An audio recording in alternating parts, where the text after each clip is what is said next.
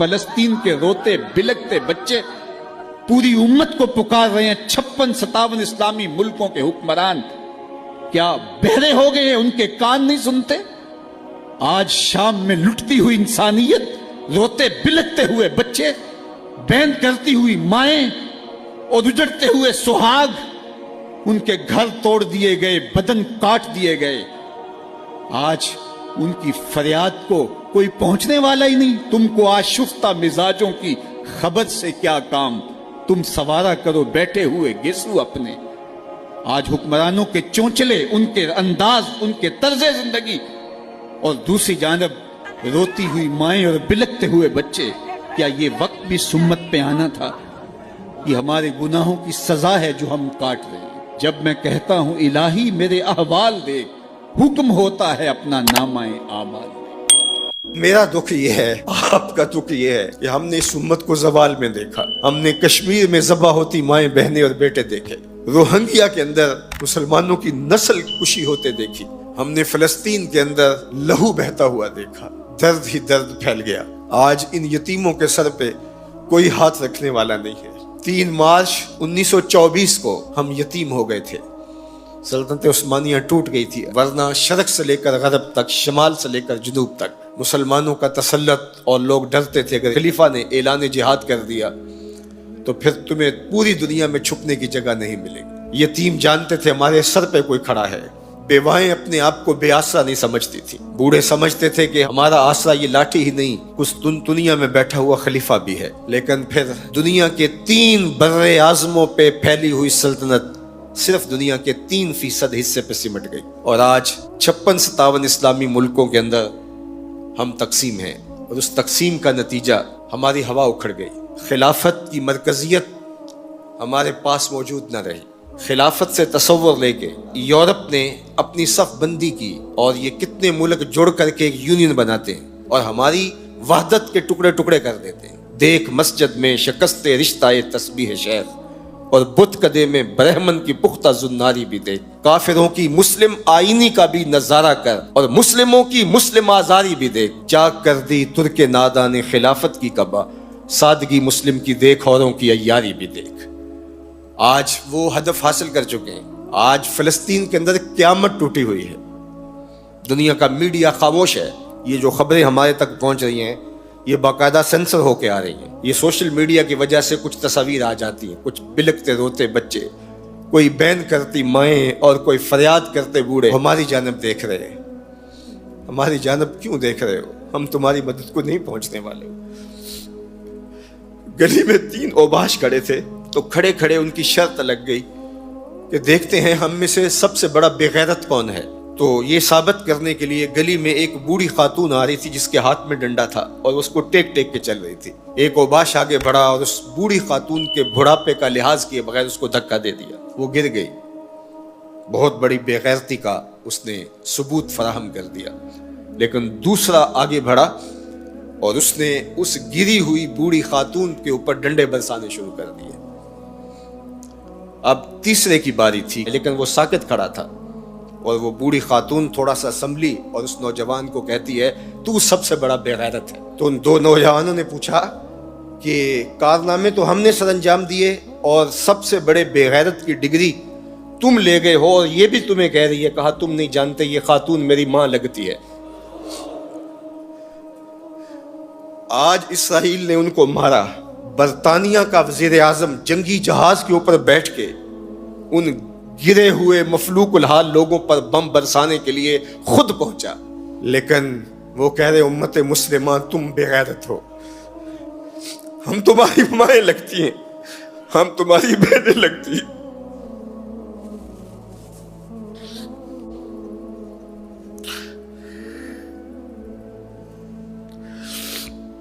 ہم تمہاری بیٹیاں لگتی ہیں. ایک یہودی ایک پردہ دار خاتون کے اوپر شراب پھینکتا ہے اور باقی آوازیں کستے ہیں، لیکن وہ دیکھ رہی ہے ایڑیاں اٹھا اٹھا کے امت مسلمہ کی طرف. تمہاری مدد کو میری بہنوں کوئی پہنچنے والا نہیں ہے. یہ 56-57 اسلامی ملکوں کی فوجیں کرتب دکھانے کے لیے ہیں. ہمارے میزائل سسٹم، ہمارے اسلحہ جات، ہمارے ٹینک، ہماری توپیں، ہمارا ایٹم بم تمہارے کام نہیں آئے گا، تمہیں مرنا پڑے گا، سسک کے مرنا پڑے گا۔ یہ امت تمہاری مدد نہیں پہنچے گی، 40 ملکوں کی مشترکہ فوج بھی تمہاری مدد کو نہیں پہنچے گی، حرم سے بھی کوئی آواز نہیں اٹھے گی، نہ عجم سے کوئی آواز اٹھے گی۔ آج امت مسلمہ ایک تن مردہ ہے، OIC مردہ گھوڑے کی طرح ہے۔ بیت المقدس کے ایک کونے کو آگ لگی تھی تو یہ OIC بنی تھی، اور آج پورے فلسطین کو آگ نے اپنی لپیٹ میں لے لیا ہے۔ وہاں یتیم ہی یتیم فریادیں کر رہے ہیں، وہاں بیواؤں کی سسکیاں ہیں۔ ہم اس حالت کو کیوں پہنچے؟ اس لیے کہ ہم نے قرآن کو چھوڑ دیا۔ نہ ہماری عدالت میں قرآن ہے، نہ ہماری معاشرت میں قرآن ہے، نہ ہماری معیشت میں قرآن ہے، نہ ہمارے مقننہ میں قرآن ہے۔ آج قرآن صرف 2 جلدوں میں بند کر کے ہمارے طاق پہ سجا ہوا ہے۔ یہ نظام حیات تھا، ہم آج تک اسی برطانوی قانون پر جی رہے ہیں، ہم قرآن کا ضابطہ نہیں لا سکے۔ 56-57 اسلامی ملک، مجھے بتاؤ آج کسی کو کوئی کہیں سے نکال دے تو دوسرا ملک نیشنلٹی دے دیتا ہے، اس کو شہریت دے دیتا ہے۔ آج اسلام کو ملک بدر کیا گیا، بتاؤ 56-57 اسلامی ملکوں نے کس نے اس کو شہریت دی ہے؟ کہاں جمہوریت، کہیں بادشاہت، کہاں شخصی نظم۔ 56-57 اسلامی ملکوں میں اسلام گھومتا رہا۔ میں غریب بدیار ہوں، مجھے شہریت چاہیے، لیکن کسی نے اسلام کو قبول نہیں کیا۔ در عجم گردیداؤ ہم در عرب، مصطفیٰ نایاب ارزاں بو لہب۔ اقبال کہتے ہیں میں عجم میں بھی گھوما ہوں، میں عرب میں بھی گھوما ہوں، مجھے ابو لہب بھی ملا ہے، مجھے حضور کا نظام کہیں نہیں ملا۔ اج دین نبی دا وانگ یتیماں تے گھر کر تکے کھاوے۔ اے فلسطین کے یتیموں، تم اکیلے یتیم نہیں ہو، اس وقت اسلام بھی غریب الدیار ہے، اس کا کوئی وطن نہیں ہے۔ آج اسلام اپنے نظام کے ساتھ کہیں موجود نہیں ہے، اور یہ پستی اور یہ زبوحالی، یہ ذلت، یہ نکبت، یہ رسوائی ہمارا مقدر کیوں نہ ہو، قرآن سے دوری کے نتیجے میں رسوا ہو گئے۔ ہمارے دردوں کا مداوا قرآن ہی ہے، ہمارے دکھوں کا علاج قرآن ہی ہے۔ گر تو می خواہی مسلمان زیستن، نیست ممکن جز بقرآن زیستن۔ اقبال نے کہا اگر تو مسلمان بن کے جینا چاہتا ہے تو قرآن کے بغیر نہیں جی سکتا۔ اور پھر آگے چل کے کہا فاش می گوئم آن کے در دل مزمرست، این کتاب نیست چیز دیگرست۔ کہا جو میرے سینے میں پوشیدہ میں کھل کے نہ کہہ دوں، یہ کتاب نہیں کوئی اور ہی شے ہے، یہ زندگی بانٹ دیتی ہے، یہ اٹھا دیتی ہے گری ہوئی قوموں کو۔ اللہ اکبر۔ تو ہم نے اس قرآن سے جڑنا ہے۔ حاتم طائی کی بیٹی ایک جنگ میں غزوے میں قید ہو کے آتی ہے، تو جب حضور کے سامنے قیدی لائے گئے تو اس کے سر سے چادر اتری ہوئی تھی، تو آقا کریم نے اپنی نورانی چادر کمبل نور اس کے سر پہ ڈال دیا۔ تو کسی نے کہا حضور کافرہ ہے، فرمایا بیٹی تو ہے، بیٹی تو ہے۔ اس واقعہ کو حضرت اقبال علیہ الرحمہ نے بھی نظم کیا ہے۔ تو اس کے بعد اقبال خود حضور کی بارگاہ میں جولی پھیلا کے کھڑے ہو جاتے ہیں اور استغاثہ پیش کرتے ہیں۔ ما ازاں خاتون تے اریاں تریم، پیش اقوام جہاں بے چادریں۔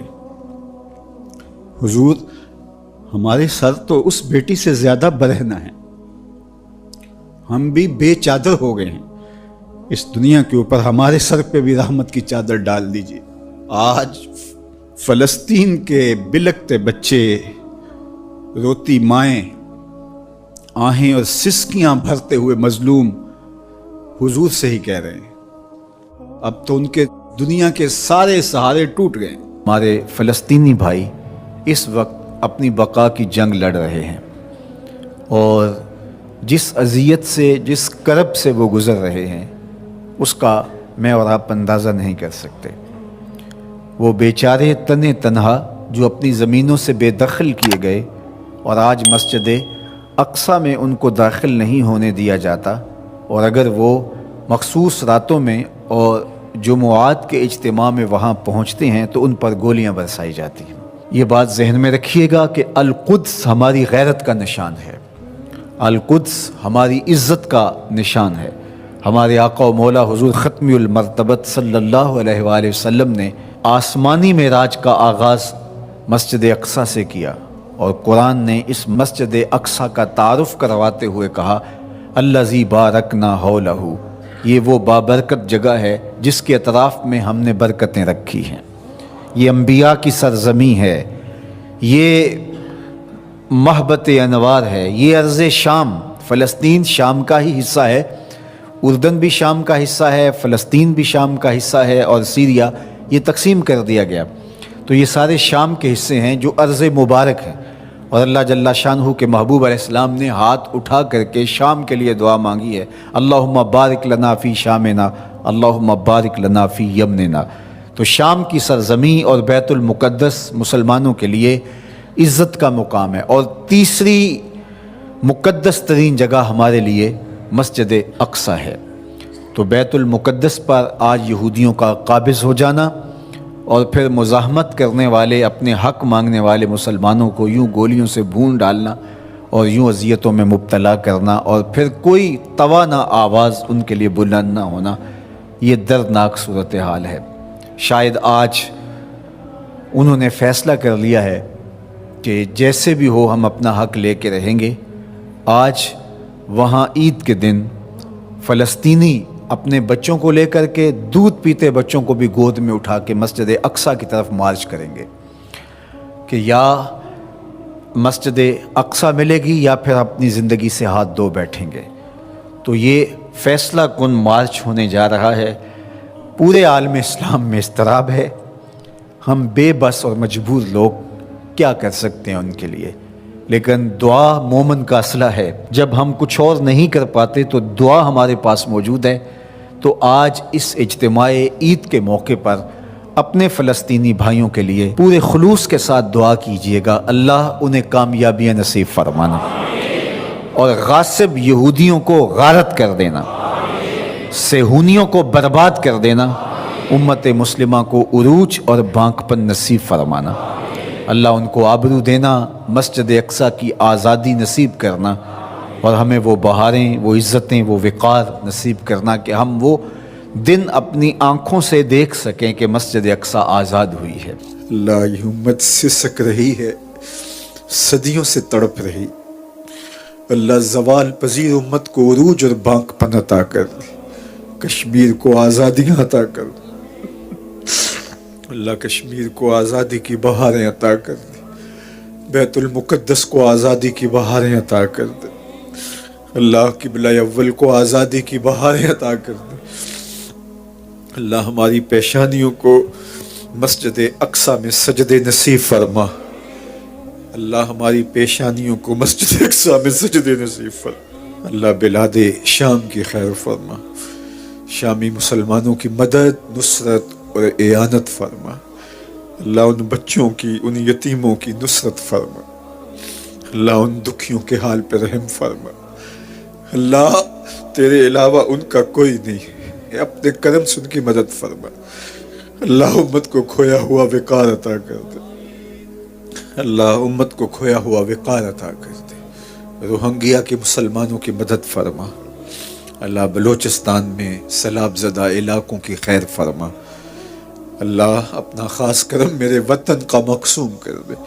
اللہ میرے وطن کو معاشی ترقی نصیب کر دے، عسکری قوت عطا کر دے، معاشرتی توانائی عطا کر دے، مذہبی طاقت عطا کر دے، اللہ اس وطن کو عالم اسلام کی قیادت کی توفیق دے دے، اللہ نیک صالح پاکیزہ اور اہل حکمران اس وطن کا مقسوم کر دے، اس وطن کو نظام رسول کی بہاریں عطا کر دے، اللہ اس وطن کو امت کے لیے بھرپور کردار ادا کرنے کی توفیق دے دے، اللہ اس وطن کو امت کے زخموں پہ پہا رکھنے کی توفیق دے دے، اللہ اس امت کے درد بانٹنے کی ہمیں ہمت عطا کر دے، اللہ امت کو زخموں سے نجات دے دے، امت کو دکھوں سے نجات دے دے،